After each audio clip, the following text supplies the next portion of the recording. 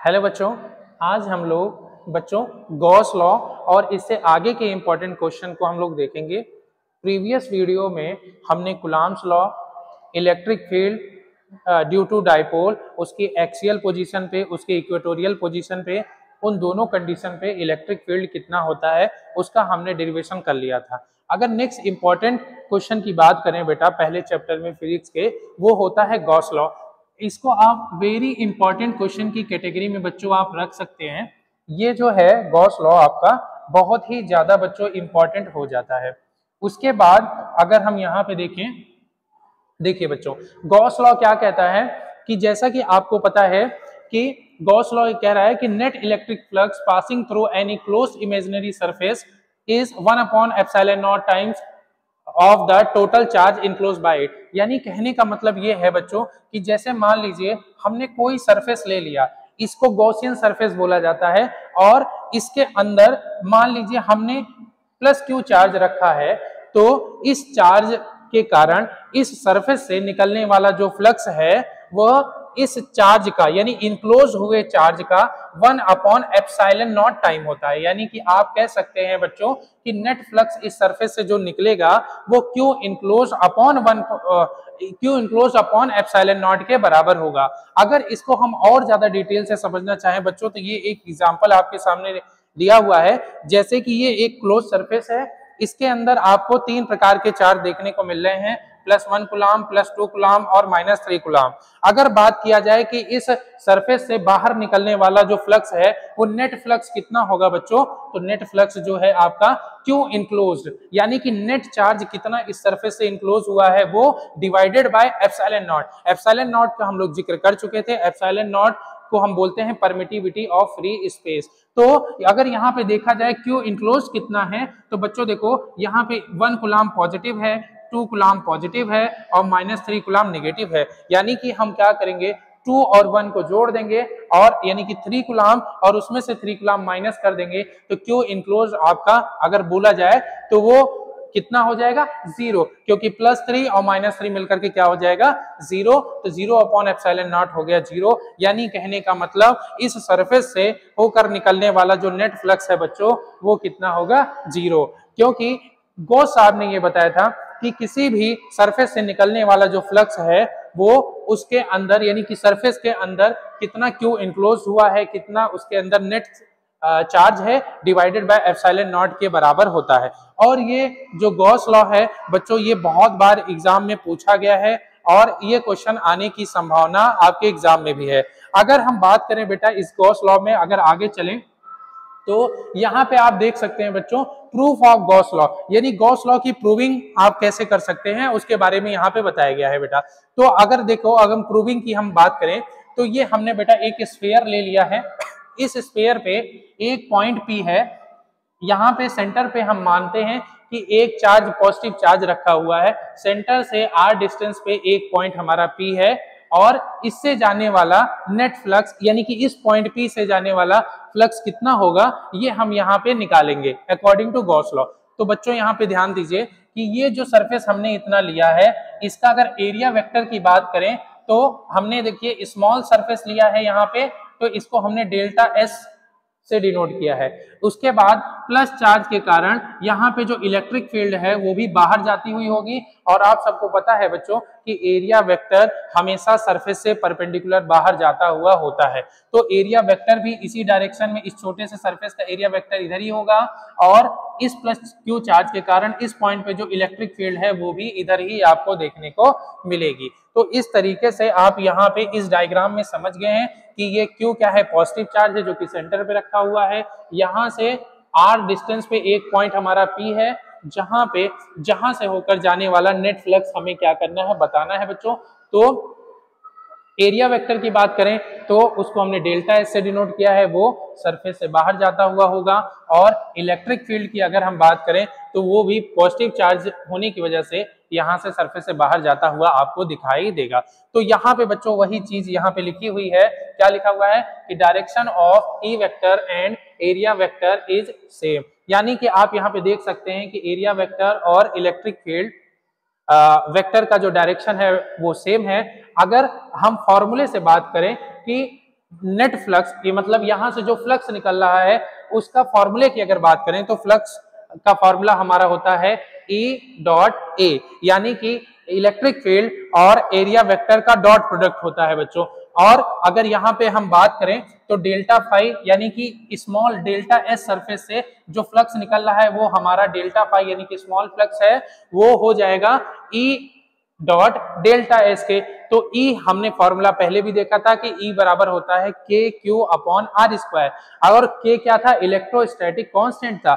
K की value कितनी होती है आपको पता है, K बराबर होता है 1/4 पाई एप्सिलॉन नॉट। तो हमने क्या किया है, K की वैल्यू को यानी 1/4 पाई एप्सिलॉन नॉट रख दिया है, और E बराबर होता है आपका के क्यू अपॉन आर स्क्वायर। तो K की वैल्यू हो गई 1/4 पाई एप्सिलॉन नॉट, Q तो यहाँ पे Q ही है, डिवाइडेड बाय आर स्क्वायर, और यहाँ से यहाँ तक का डिस्टेंस बच्चों R है। तो इलेक्ट्रिक फील्ड जो है हो जाएगा Q/4 pi epsilon not R square. उसके बाद में अब ये स्मॉल सरफेस है, स्मॉल सरफेस एरिया है, तो इसको हमने डेल्टा एस लिख लिया है बच्चों। तो इस सरफेस से होकर जाने वाला स्मॉल फ्लक्स की अगर हम बात करें तो वो कितना हो जाएगा, Q/4 pi epsilon not R square into delta S. अब इसके बाद अगर नेक्स्ट फ्लक्स मतलब नेट फ्लक्स की बात की जाए कि पूरे सरफेस के कारण कितना निकल रहा है नेट फ्लक्स, तो हम क्या करेंगे बेटा, स्मॉल सरफेस का हमने जो है निकलने वाला फ्लक्स देख लिया है, अब उसी को पूरे सरफेस के लिए हम क्या कर देंगे, आप समेशन कर देंगे। जैसे कि आप देखिए कि ये स्फीयर, जैसे यहाँ पे ये छोटा एरिया है, इसी तरीके से ऐसे छोटे छोटे एरिया से मिलकर ये पूरा जो है आपका स्फीयर बन जाएगा। तो हम क्या करेंगे कि यही थोड़ा थोड़ा जो स्मॉल स्मॉल फ्लक्स आपको देखने को मिल रहा है, इसी को एरिया के रिस्पेक्ट में क्या कर देंगे बेटा, इसी का समेशन कर देंगे। और आपको पता है कि ये पूरा जो एरिया है ये हमने क्या बनाया हुआ है, स्फीयर बनाया हुआ है, यानी इस क्यू चार्ज के चारों ओर जो फ्लक्स निकलेगा वो किस एरिया से निकलेगा, स्फीयर से निकलेगा बच्चों। तो आपको पता है कि डेल्टा एस अगर छोटा छोटा डेल्टा एस पूरा निकलेगा तो वो किसके बराबर हो जाएगा, स्फीयर के एरिया के बराबर हो जाएगा, टोटल सरफेस एरिया के बराबर हो जाएगा। तो आपको पता है स्फीयर का टोटल सरफेस एरिया कितना होता है, 4 पाई आर स्क्वायर, और यहाँ पे हमने Q/4 pi epsilon not R square बच्चों देखा ही था, 4 पाई कट जाएगा, आर स्क्वायर कट जाएगा, बचेगा क्या, Q/एप्सिलॉन नॉट। यानी कि इस प्लस Q चार्ज के कारण जो है नेट फ्लक्स जो इस सरफेस से निकल रहा है वो कितना निकल रहा है, Q/एप्सिलॉन नॉट निकल रहा है। यही आपका क्या था, गॉस लॉ था। अब उसके बारे हम बात करेंगे बेटा, आगे की तरफ चलेंगे नेक्स्ट स्लाइड पे, तो आप यहाँ पे देख सकते हैं इंपॉर्टेंट पॉइंट क्या क्या है।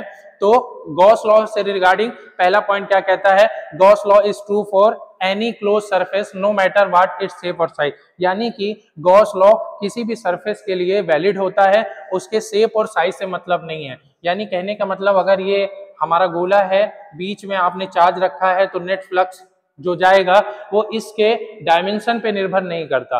अगर मान लीजिए ये आकृति हम इतना ले रहे हैं और यहाँ पे हम प्लस Q चार्ज रखे हैं, तो दोनों में सेम फ्लक्स आपको देखने को मिलेगा, क्योंकि वो Q इनक्लोज पे डिपेंड करता है, ना कि आपके शेप की ज्योमेट्री पे। उसके बाद में दूसरा अगर पॉइंट हम देखें तो कह रहा है कि the term Q includes the sum of, हाँ दूसरा पॉइंट ये कह रहा है कि जो टर्म Q है, यानी कि जो आपका गॉस लॉ है कि फाई इक्वल टू Q/एप्सिलॉन नॉट, इसमें जो Q टर्म है वो नेट चार्ज को दर्शाता है। कौन सा नेट चार्ज, इनक्लोज्ड, यानी सरफेस के अंदर। जैसे यहाँ पे आप देखिए, यहाँ पे एक ही चार्ज है प्लस Q, तो बस हम इसी को लेंगे Q इनक्लोज में। अगर यहाँ पे एक चार्ज मैं और लिख दूं माइनस Q, तो Q इनक्लोज कितना हो गया, प्लस Q माइनस Q, यानी कि 0 हो रहा है। लेकिन हम अगर मान लीजिए और कोई टर्म ले लेते हैं -3Q, तो यहाँ पे नेट चार्ज आपको कितना देखने को बच्चों मिलेगा, प्लस माइनस माइनस, 3 में से एक गया 2, यानी कि आपको -2Q चार्ज इनक्लोज यहाँ पे देखने को मिलेगा। अगर यहाँ पे ये चार्ज ना हो, मान लीजिए सपोज ये कोई हमने सरफेस लिया है, चार्ज यहाँ पे है, तो Q इनक्लोज कितना है, 0, तो इससे जो फ्लक्स निकलेगा वो भी क्या हो जाएगा, 0, क्योंकि Q इनक्लोज की वैल्यू क्या है, 0 है। तो ये चीज यहाँ पे दूसरा पॉइंट कहता है। अगर तीसरे पॉइंट की बात करें तो the surface that we choose for the application of Gauss law is called the Gaussian surface, यानी कि हम गॉस लॉ के, यानी कि जो surface that we choose for the application of Gauss law, यानी कि गॉस लॉ को प्रूव करने के लिए जो हम सरफेस चुनते हैं बच्चों, उसी को हम लोग क्या बोलते हैं, गॉसियन सरफेस बोलते हैं। ये इमेजिनरी सरफेस होता है, सिर्फ हम कैलकुलेशन के पर्सपेक्टिव से इसको देखते हैं। उसके बाद अगर हम नेक्स्ट पॉइंट देखें जो कि गॉस लॉ में, हाँ ये देखिए बहुत अच्छा पॉइंट यहाँ पे देखने को मिल रहा है बेटा। जैसे मान लीजिए ये एक वायर है, वायर पॉजिटिवली चार्ज है, तो अब यहाँ पे इसके बाहर हमने एक सिलेंडर नुमा गॉसियन सरफेस मान लिया है। ऐसा सरफेस हम लोग मानने की कोशिश करते हैं कि जिसकी वजह से मतलब जितने भी चार्ज हैं वो सब के सब इनक्लोज्ड हो जाएं, क्योंकि अगर बाहर निकल जाएंगे तो नेट फ्लक्स हमारा क्या हो जाएगा, जीरो हो जाएगा। अब आप यहाँ पे ध्यान दीजिए, यहाँ पे एक चार्ज देखने को आपको मिल रहा है और हमने गॉसियन सरफेस देखिए ऐसा माना है, यानी ये चार्ज आधा बाहर है आधा अंदर है, ऐसा नहीं होना चाहिए। जो भी चार्ज है वो गॉसियन सरफेस के पूरा का पूरा अंदर होना चाहिए, तो ऐसा गॉसियन सरफेस पॉसिबल नहीं है। इस चीज का आप विशेष ध्यान रखेंगे बच्चों। उसके बाद नेक्स्ट पॉइंट कह रहा है कि Gauss law is often useful towards a much easier calculation of electrostatic field when the system is subsymmetric, यानी कि अगर सिमेट्रिकल फिगर हमें देखने को मिलता है तो उससे क्या होता है कि गॉसियन कैलकुलेशन यानी कि गॉस लॉ की मदद से हम कैलकुलेशन को बहुत इजीली बच्चों कर सकते हैं। तो ये तो था गॉस लॉ से रिलेटेड क्वेश्चन। अगर आ गया कि define Gauss law and prove Gauss law, तो यहाँ पे आप डिफाइन भी कर देंगे और उसके बाद में इसको प्रूव भी कर देंगे जिस तरीके से कराया गया है। उसके बाद बच्चों अब हम नेक्स्ट टॉपिक की तरफ चलते हैं, एप्लीकेशन ऑफ गॉस लॉ। लेकिन एप्लीकेशन ऑफ गॉस लॉ से पहले, उसका एप्लीकेशन जानने से पहले एक टर्म है, इसको भी हमें जानना होगा जो कि इसके एप्लीकेशन में बहुत ज्यादा इंपॉर्टेंट होगा, कंटिन्यूअस चार्ज डिस्ट्रीब्यूशन। बच्चों कंटिन्यूअस चार्ज डिस्ट्रीब्यूशन तीन प्रकार का होता है, एक लीनियर चार्ज डिस्ट्रीब्यूशन, एक सरफेस चार्ज डिस्ट्रीब्यूशन और एक वॉल्यूम चार्ज डिस्ट्रीब्यूशन। अगर यहाँ पे देखो बच्चों बात की जाए, एक हमारा देखिए पतला तार है और इस तार पे ये पॉजिटिवली चार्ज तार है, ठीक है। इस पे टोटल कितना चार्ज है, कैपिटल Q, और इसकी जो लेंथ है वो हमने माना है स्मॉल l। तो चूंकि इसका सिर्फ लेंथ आपको देखने को मिल रहा है, इसलिए इसका जो चार्ज डिस्ट्रीब्यूशन कहलाएगा वो लीनियर चार्ज डिस्ट्रीब्यूशन कहलाएगा। इसको हम लोग लेमडा से डिनोट करते हैं और लेमडा बराबर होता है Q/L, यानी कि पर यूनिट लेंथ पे कितना चार्ज है वही इसका लीनियर चार्ज डिस्ट्रीब्यूशन कहलाता है। अगर इसकी SI यूनिट की बात करें तो ये चार्ज हो गया कूलाम और लेंथ हो गया मीटर, यानी SI यूनिट इसकी हो जाएगी कूलाम पर मीटर। उसी तरीके से हम यहाँ पे देख रहे हैं सरफेस चार्ज डिस्ट्रीब्यूशन, जैसा कि नाम से ही पता चला है सरफेस एरिया से रिलेट कर रहा है। तो अगर कोई देखिए यहाँ पे ये हमारा मान लीजिए ये एक प्लेट है, ये पूरा पॉजिटिवली चार्ज है, तो ये इसका लेंथ दिख रहा है और ब्रेथ दिख रहा है, यानी कि ये एरिया है। तो पर यूनिट एरिया पे जितना चार्ज होता है वही आपका सरफेस चार्ज डिस्ट्रीब्यूशन कहलाता है। इसको हम लोग सिग्मा से डिनोट करते हैं, ये चीज विशेष ध्यान रहे।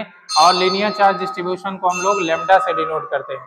उसके बाद अब बात आती है वॉल्यूम चार्ज डिस्ट्रीब्यूशन की। आपको नाम से ही अंदाजा लग रहा होगा, वॉल्यूम मतलब कि वॉल्यूम होना चाहिए, यानी कि एक अगर लेंथ भी है, ब्रेथ भी है और आपका हाइट भी है, तो उसमें जो चार्ज आपको यहाँ पे देखने को बच्चों मिल रहा है वो क्या है, पर यूनिट वॉल्यूम में जितना चार्ज आपको देखने को मिल रहा है वही आपका वॉल्यूम चार्ज डिस्ट्रीब्यूशन कहलाता है। इसको हम लोग रो से डिनोट करते हैं।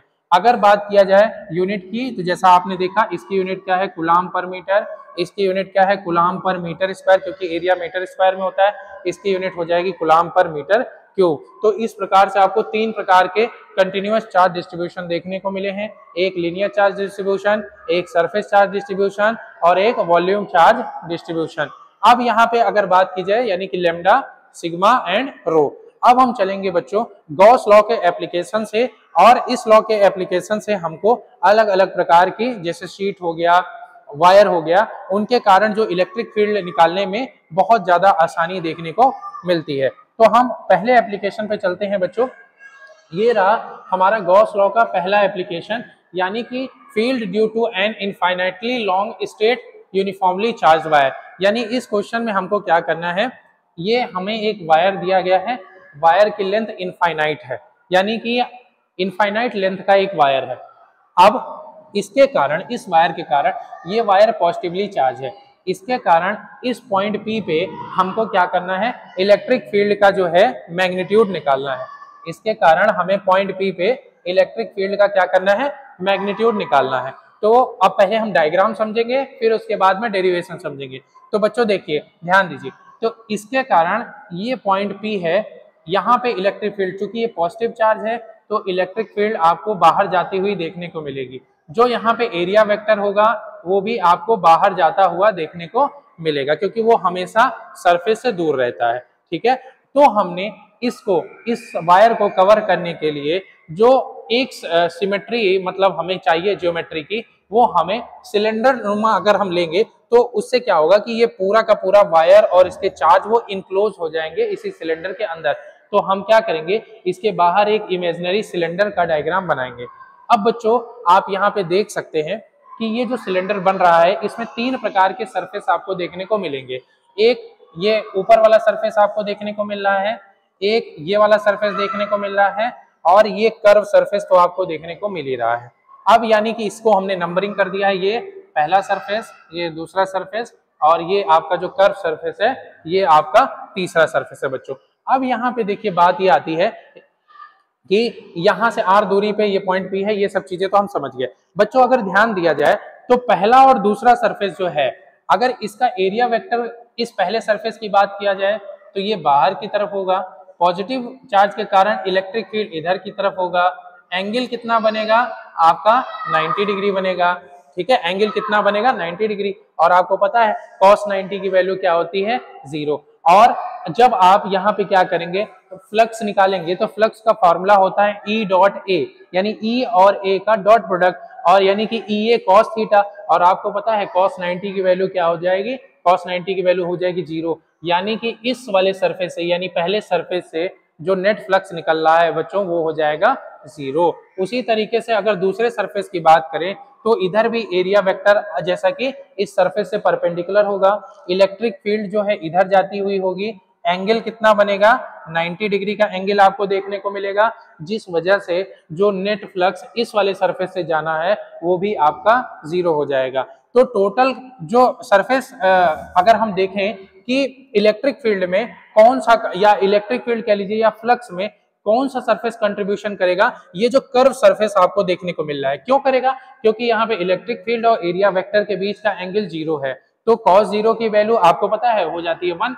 तो कर्व सरफेस से तो फ्लक्स जाएगा, लेकिन ऊपर वाले सरफेस और नीचे वाले सरफेस से नेट फ्लक्स क्या होगा 0 होगा। अब यहाँ पे बच्चों देखते हैं, ये जो हमने इमेजिनरी सरफेस बनाई इसका लेंथ हमने L मान लिया है, और यही हमारा बच्चों क्या है गॉसियन सरफेस। तो खैर इस पे हम आएंगे। तो यहाँ पे जरा ध्यान दीजिए, ये पतला वायर है और पतले वायर पे पूरा जो है चार्ज डिस्ट्रीब्यूटेड है, तो हम कह सकते हैं कि इसमें कैसा चार्ज डिस्ट्रीब्यूशन है, लीनियर चार्ज डिस्ट्रीब्यूशन है। और लीनियर चार्ज डिस्ट्रीब्यूशन अभी थोड़ी देर पहले हमने देखा, और वो क्या होता है लेमडा बराबर होता है Q अपॉन L, यानी कि पर यूनिट लेंथ पे जितना चार्ज इनक्लोज हो रहा है गॉसियन सरफेस के अंदर वही क्या कहलाएगा, लेमडा कहलाता है। अगर यहाँ से Q इनक्लोज की वैल्यू निकालें, क्योंकि गॉस लॉ के लिए चार्ज का इनक्लोज होना बहुत नेसेसरी है, तो Q इनक्लोज बराबर हो जाएगा ये लेमडा L। इसको हमने क्या कर लिया, इक्वेशन नंबर 1 मान लिया। अब यहाँ पे बच्चों एक लाइन आप देख सकते हैं, only third surface will contribute, यानी कहने का मतलब जो नेट फ्लक्स निकल रहा होगा वो पहले सरफेस और दूसरे सरफेस से वो क्या हो रहा होगा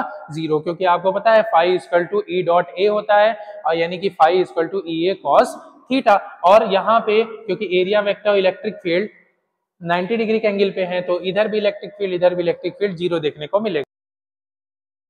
तो बच्चों इस तरीके से हमने देखा कि ओनली थर्ड सरफेस जो है विल कंट्रीब्यूट, यानी कि यहाँ से जो फ्लक्स निकलेगा बच्चों, नेट फ्लक्स की बात करें कि इस गॉसियन सरफेस से कितना फ्लक्स निकलेगा, तो पहला सरफेस और दूसरा सरफेस जो है वहां से फ्लक्स 0 जाएगा, सिर्फ जो कर्व सरफेस एरिया सिलेंडर का दिख रहा है उधर से ही सरफेस, यानी कि थर्ड जो है surface will contribute in electric flux. उसके बाद में अगर यहाँ पे देखिए बात की जाए तो फर्स्ट एंड सेकंड सरफेस क्यों नहीं करेगा, क्योंकि E और A यानी कि इलेक्ट्रिक फील्ड और एरिया वेक्टर का डॉट प्रोडक्ट होता है, यानी कि EA cos थीटा, और यहाँ पे ऊपर और नीचे के लिए थीटा 90 है तो cos 90 की वैल्यू बच्चों हो जाएगी 0। तो पहले और दूसरे सरफेस से जो आपको देखने को मिल रहा है नेट फ्लक्स क्या हो जाएगा 0। अब हम आगे चलते हैं बच्चों, जो थर्ड सरफेस है, थर्ड सरफेस से जो फ्लक्स जाएगा वो EA cos थीटा। अब यहाँ पे आप ध्यान से डायग्राम देखो बच्चों, यहाँ पे आपको देखने को क्या मिल रहा है कि इलेक्ट्रिक फील्ड वेक्टर इधर है, एरिया वेक्टर इधर है, दोनों में 90 डिग्री का एंगल बन रहा है, यानी कि 0 डिग्री का एंगल बन रहा है।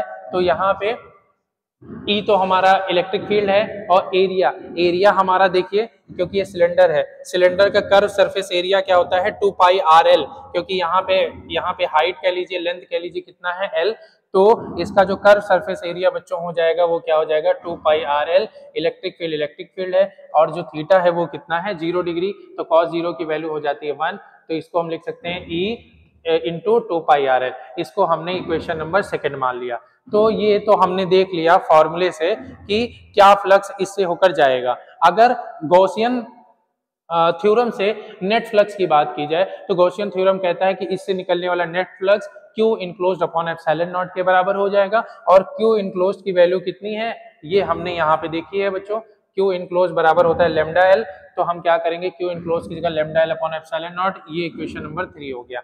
अब आप जानते हैं कि जो नेट फ्लक्स निकल रहा है वो नेट फ्लक्स चाहे आप फॉर्मूले से निकालिए चाहे आप गॉसियन थ्योरम से निकालिए, उसकी वैल्यू तो सेम ही होनी चाहिए क्योंकि वो सेम ही फ्लक्स है। तो कंपेयर करेंगे इक्वेशन 2 एंड 3 को, तो आपको इक्वेशन नंबर 2 देखने को मिल रहा है ई इंटू 2 पाई आर एल, इक्वेशन नंबर 3 देखने को मिल रहा है lambda L upon epsilon not.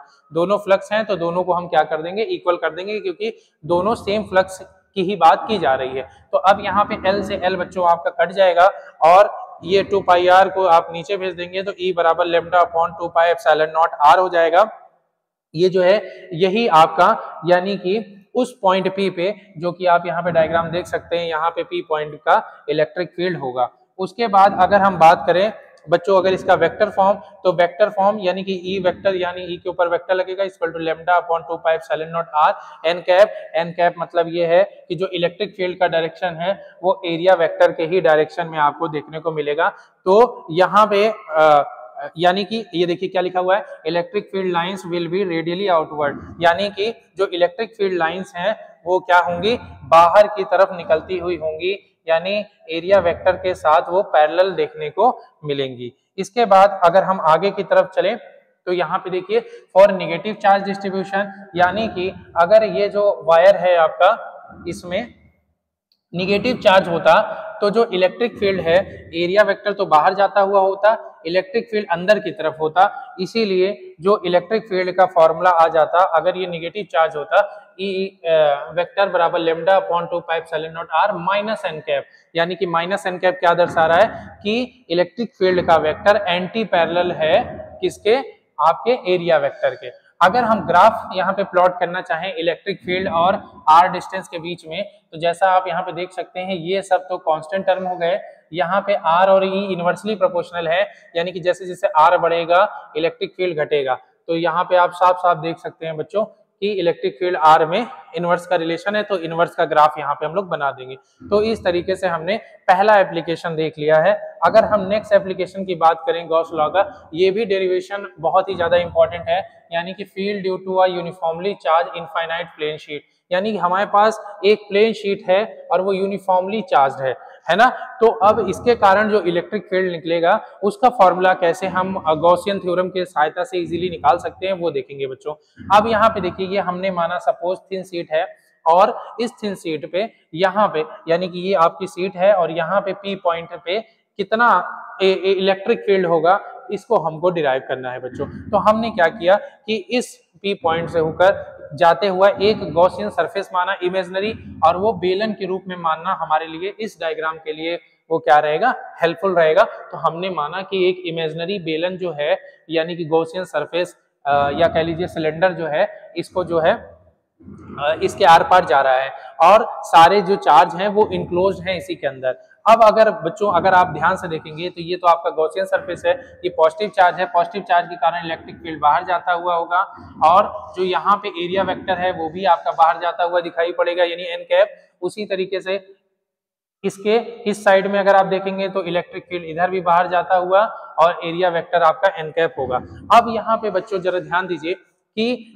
Charge पूरे में डिस्ट्रीब्यूटेड है और यहाँ पे आपको लेंथ और ब्रेथ भी देखने को मिल रही है, यानी कि यहाँ पे कैसा चार्ज डिस्ट्रीब्यूशन होगा, यहाँ पे सरफेस चार्ज डिस्ट्रीब्यूशन होगा, और सरफेस चार्ज डिस्ट्रीब्यूशन के लिए हम लोग सिग्मा साइन का इस्तेमाल करते हैं, और आपको पता है कि सरफेस चार्ज डिस्ट्रीब्यूशन होता है आपका Q अपॉन A। ठीक है, इस पे हम बाद में बात करेंगे, पहले हम डायग्राम पे और थोड़ा बात करना चाहते हैं। अब बच्चों यहाँ पे जरा ध्यान दीजिए कि यहाँ पे देखिए अब यहाँ पे ये जो हमने इमेजिनरी सरफेस गॉसियन सरफेस माना है, इसके तीन आप देख सकते हैं साइड हो सकते हैं, एक तो ये, दूसरा ये, तीसरा ये वाला, ठीक है। और जैसा कि अभी हमने पिछले उसमें जो है पिछले डेरिवेशन में देखा था कि ये जो पहला कर्व सरफेस है, आपको देखने को मिलेगा कि इसका एरिया वेक्टर ऊपर, पॉजिटिव चार्ज के कारण इलेक्ट्रिक फील्ड इधर, तो एंगल कितना बना है 90 डिग्री, और जहां पे 90 डिग्री एंगल बनेगा तो उधर से फ्लक्स क्या हो जाएगा, जीरो, क्योंकि आपको पता है E इक्वल टू होता सॉरी फाई इक्वल टू होता है E इंटू ए कॉस थीटा, और कॉस 90 की वैल्यू आपकी क्या हो जाती है, जीरो हो जाती है। तो ये जो थर्ड सरफेस है ये तो जो है इलेक्ट्रिक फ्लक्स में कोई कंट्रीब्यूशन नहीं करेगा, पहला और दूसरा सरफेस ही करने वाला है। अभी हम इसी को आगे देखेंगे। तो यानी कहने का मतलब ये है कि ये जो हमने गॉसियन सरफेस माना है, इससे अगर नेट फ्लक्स पूछा जाए कितना बाहर की तरफ जाएगा, तो आप कह सकते हैं, मान लो इससे जाने वाला फ्लक्स को आपने φ1 मान लिया है, इससे जाने वाले फ्लक्स को आपने φ2, अब इधर φ3 हम मानते हैं, लेकिन कर्व सरफेस से क्योंकि एंगल कितना बन रहा है 90 डिग्री, तो नेट फ्लक्स कितना हो रहा है, जीरो। तो बस यही दोनों फ्लक्स यानी φ1 और φ2 जो है वो इसका जो है इस सरफेस से होकर जाएंगे। तो अगर हम φ1 और φ2 यानी कि नेट फ्लक्स जो है p डिस्टेंस पे, और हाँ यहाँ पे ध्यान रहे कि ये p डिस्टेंस और यहाँ पे जो डिस्टेंस है वो क्या है, वो इक्वल है। उसके बाद में अब यहाँ पे अगर बात किया जाए कि फाई यानी कि फाई बराबर होता है E A, जैसा कि आप लोग जानते हैं, और उसी तरीके से φ2 भी हमारा क्या हो जाएगा, E इंटू ए, क्योंकि हमने उतना ही एरिया यहाँ पे लिया हुआ है और इलेक्ट्रिक फील्ड इंटेंसिटी भी उतनी है और डिस्टेंस भी उतना है। तो EA प्लस EA कितना हो जाएगा बच्चों, 2EA, इसको हमने इक्वेशन नंबर सेकंड मान लिया। और गॉस लॉ से अगर बात किया जाए तो जो नेट फ्लक्स हमारा निकलना है वो कितना हो जाएगा, Q enclosed upon epsilon not, और Q इनक्लोज्ड यहाँ पे कितना होगा, क्योंकि ये कैसा आपको चार्ज डिस्ट्रीब्यूशन दिख रहा है, सरफेस चार्ज डिस्ट्रीब्यूशन, तो यहाँ से Q इनक्लोज बराबर क्या हो जाएगा, सिग्मा इंटू ए, तो Q इनक्लोज की जगह पे हमने sigma A upon epsilon not रख दिया।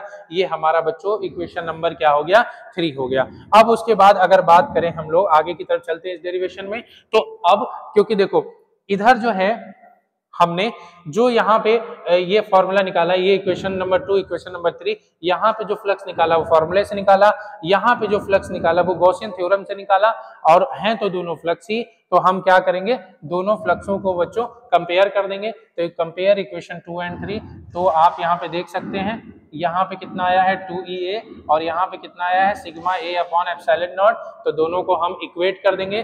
तो यहाँ से A और A आपका कट जाएगा, तो E बराबर बचेगा सिग्मा अपॉन 2 एप्सिलॉन नॉट। अगर इसी का वेक्टर फॉर्म लिखना है तो यहाँ पे n कैप आपका जो है इसमें लग जाएगा फॉर पॉजिटिव चार्ज डिस्ट्रीब्यूशन, जैसा कि आप यहाँ पे देख सकते हैं बच्चों, यानी n कैप यानी एरिया वेक्टर की ही डायरेक्शन में आपको इलेक्ट्रिक फील्ड देखने को मिलेगा, जैसे पीछे किए थे। अगर मान लीजिए नेगेटिव चार्ज होता तो electric field vector opposite direction में, यानी कि एरिया वेक्टर और electric field vector anti parallel हो जाते, जैसा कि यहाँ पे आप देख सकते हैं for negative charge distribution E is equal to minus sigma upon 2 pi epsilon not n cap. फॉर्मूले में कोई अंतर नहीं है, बस डायरेक्शन चेंज होने की वजह से यहाँ पे नेगेटिव चार्ज आ गया है। Thank you friends.